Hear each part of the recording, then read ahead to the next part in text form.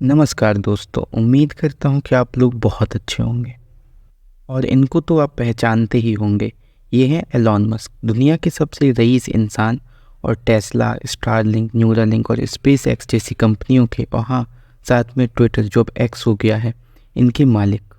Elon Musk अपनी दौलत की वजह से नहीं, बल्कि अपने आइडियाज़ और अपने बयानों की वजह से लगातार न्यूज़ में बने रहते हैं और इनके आइडियाज़ भी काफ़ी अतरंगी होते हैं। लेकिन इनकी अच्छी बात ये है कि अपने आइडियाज़ को ये काफ़ी हद तक सच साबित कर देते हैं। जैसे कि इन्होंने आइडिया दिया था रियूजेबल रॉकेट्स का, जो कि इनकी कंपनी स्पेस एक्स ने सबसे पहले करके दिखाया। और साथ ही इन्होंने इंसानों के दिमाग में चिप लगाने की बात करी, जिसका इन्होंने ट्रायल भी किया।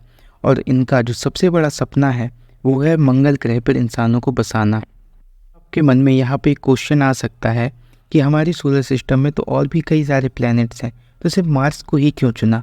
तो इसके पीछे भी बहुत सारे रीजंस हैं, जिसको मैं भी आपको डिटेल में समझाता हूँ। जैसा कि हम जानते हैं, हमारे सोलर सिस्टम में 8 प्लैनेट्स हैं और जो स्टार्टिंग के 2 प्लैनेट हैं मरकरी और वीनस, वो सन के ज़्यादा पास हैं, जिस वजह से वहाँ का टेम्परेचर एक्सट्रीम हाई होता है।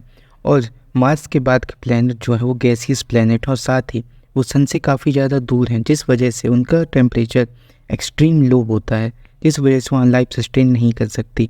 और जो हैबिटेबल जोन है वो उसमें केवल अर्थ और मार्स ही है, जिस वजह से जीवन की संभावना मार्स में बाकी प्लैनेटों से काफ़ी ज़्यादा है। और साथ ही अर्थ और मार्स में भी काफ़ी ज़्यादा सिमिलैरिटीज़ हैं, जैसे कि दोनों में दिन लगभग 24 घंटे का ही होता है और दोनों में पोलर आइस कैप्स हैं, यानी कि दोनों के पोल्स बर्फ़ से ढके हुए हैं। और साथ ही मार्स के एटमॉस्फेयर में कार्बन डाइऑक्साइड, नाइट्रोजन और आर्गन जैसी गैसेस हैं, जो अर्थ के एटमॉस्फेयर में भी मौजूद हैं। और साथ ही मार्स में भी क्लाउड्स हैं, स्ट्रॉन्ग विंड्स हैं और वहाँ भी सीजन अर्थ की तरह ही चेंज होते हैं। इस वजह से मंगल ग्रह पर जीवन की संभावना की तलाश की जा सकती है। को देखते हुए ही एलन मस्क ने प्लान बनाया है कि अगले 2 सालों में वो एक स्पेसशिप की मार्स में सॉफ्ट लैंडिंग कराएंगे और अगर वो लैंडिंग सफल हुई तो उसके अगले 2 साल यानी कि अभी से लगभग 4 साल के अंदर वो कुछ इंसानों को मंगल ग्रह में भेज देंगे। उनका प्लान है कि अगले 20 सालों के अंदर एक इंसानी बस्ती मंगल ग्रह पर होगी।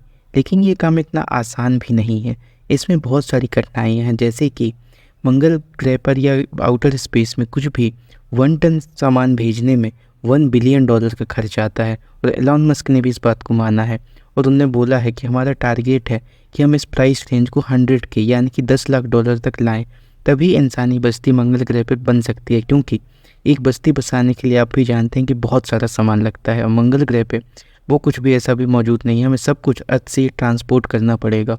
और अगर ट्रांसपोर्टेशन इतना ज़्यादा महंगा होगा, इतना कॉस्टली होगा, तो वहाँ पे हम कोई सिटी नहीं बसा सकते। इसलिए पहला टारगेट एलॉन मस्क का यही है कि हम इस प्राइस रेंज को $10 लाख तक ले आएँ। और जो दूसरा सबसे बड़ा चैलेंज है वो है मार्स ग्रह के अंदर प्लांट्स को उगाना। तो अब देखने वाली बात है कि वो कब तक इन सारी चैलेंजेस से डील कर पाएंगे और कब तक उनका ये सपना सफल हो पाएगा। तो ये है वीडियो का एंड। अगर आपको वीडियो अच्छी लगी हो तो प्लीज़ चैनल को सब्सक्राइब कीजिए, वीडियो को लाइक कीजिए। धन्यवाद।